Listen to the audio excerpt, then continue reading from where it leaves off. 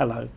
A lot of people on YouTube will tell you that petrol is cheaper than electric for an EV, which is believed by the fossil fools and the motoring journalists who regularly go to the most expensive public chargers, many owned by the oil companies and legacy car makers, with an EV with a very poor miles per kilowatt performance, and convince the watcher that the EV is more expensive to run than a petrol car.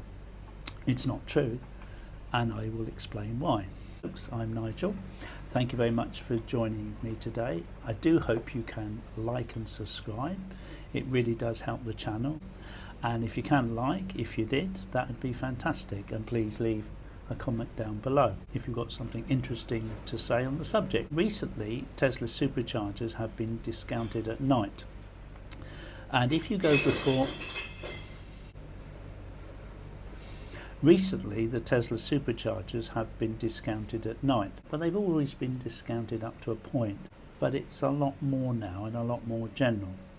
And if you have a Tesla, it's between 21 and 23p a kilowatt hour at most of the superchargers. Now that works out at 5.5p a mile, which is a third the cost of petrol or diesel. Now, a lot of these people on YouTube will say, well, it may be a bit cheaper if you charge at home, but definitely not if you go to a public charger. Well, Tesla's a public charger, it's open to everyone. The prices I'm quoting is if you own a Tesla and you don't pay a little bit more. But that's 1/3 the cost of petrol. Now, my figures are based on the Tesla Model 3 achieving 4.2 miles a kilowatt hour, which is what my car has achieved over the last 4.5 years, in all the best conditions and the very worst conditions. Also, charging at home on the Octopus rate is only 2p a mile, sometimes less, and that's at least 1/8 the cost of petrol or diesel, depending on your miles per gallon. You can never say exactly because miles per gallon varies a lot in cars. So is how long it takes to charge an EV compared to charging a petrol car. Mine at home only takes a few seconds to plug in, and at a Tesla Supercharger I do other things I need to do, like I need to stretch my legs, go to the loo, get a drink, and sometimes get something to eat. Richard at R. Simmons in Highcliffe near Christchurch near Bournemouth in Dorset has a great YouTube channel. Back in the UK, a bit of editing there. Future me from R. Simmons has got over 100,000 viewers. He went to garages in his area just to see how long it was taking people to fill up. And it was about 5 minutes, 4.5, 5 minutes.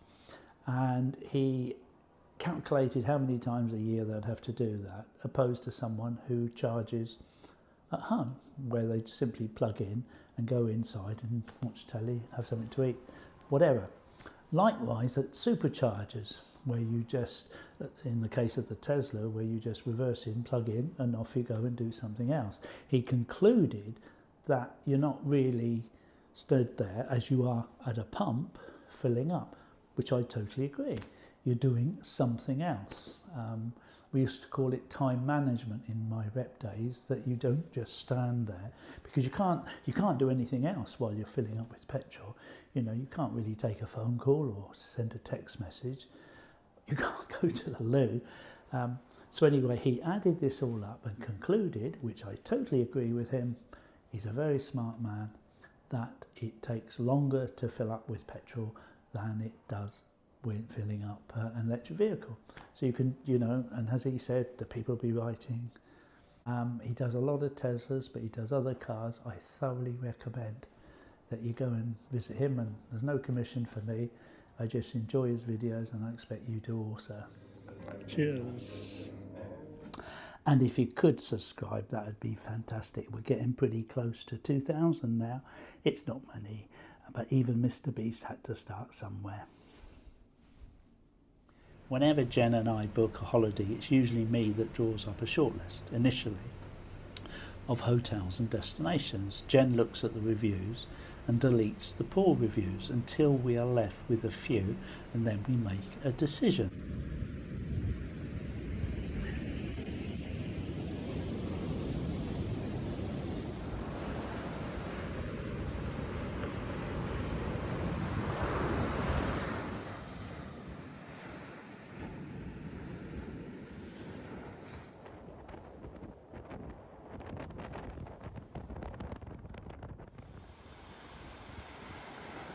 But would you go to a hotel that the review was made by people who had never visited the hotel? Of course you wouldn't. So how can you trust a review about an EV from someone who has never owned an EV but gets their information from the fossil fuel industry or the Daily Mail? The majority of people charge at home, and in my videos I regularly show how people are solving the problems of living in terrace houses. 60% of people can charge at home and 40% cannot, so many of them are finding alternatives like gullies and cable that go over the pavement, safe solutions preventing the cable being a trip hazard. Now, some people have told me that the biofuels, hydrogen, is the future, and one person told me fusion was the future, but who knows what the future is in store for us. The chief executive of Volkswagen will tell you petrol is getting cleaner, but not so clean that you would spend an hour in a garage with a motor running. I was working in my garage earlier this year in -2 degrees outside with my Tesla heater on full blast, and I was lovely and toasty warm, and you certainly couldn't do that with an Ice Age car.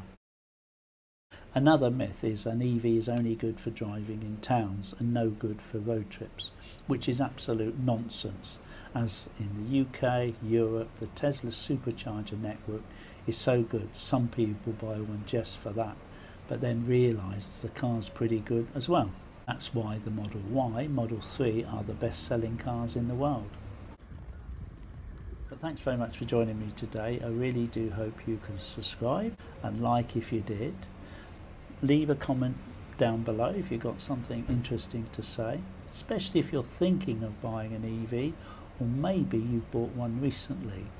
I'm a big fan of Teslas, and if you are thinking of buying one, I've got a referral code that I will put up there, and if you use that you'll get some free supercharging miles, and so will I. So thanks very much again for joining me today. Don't forget to take your reusable coffee mug wherever you go, and I'll see you next time. Drive safely. Bye for now. And if you could subscribe, that would be fantastic. We're getting pretty close to 2,000 now. It's not many, but even Mr. Beast had to start somewhere.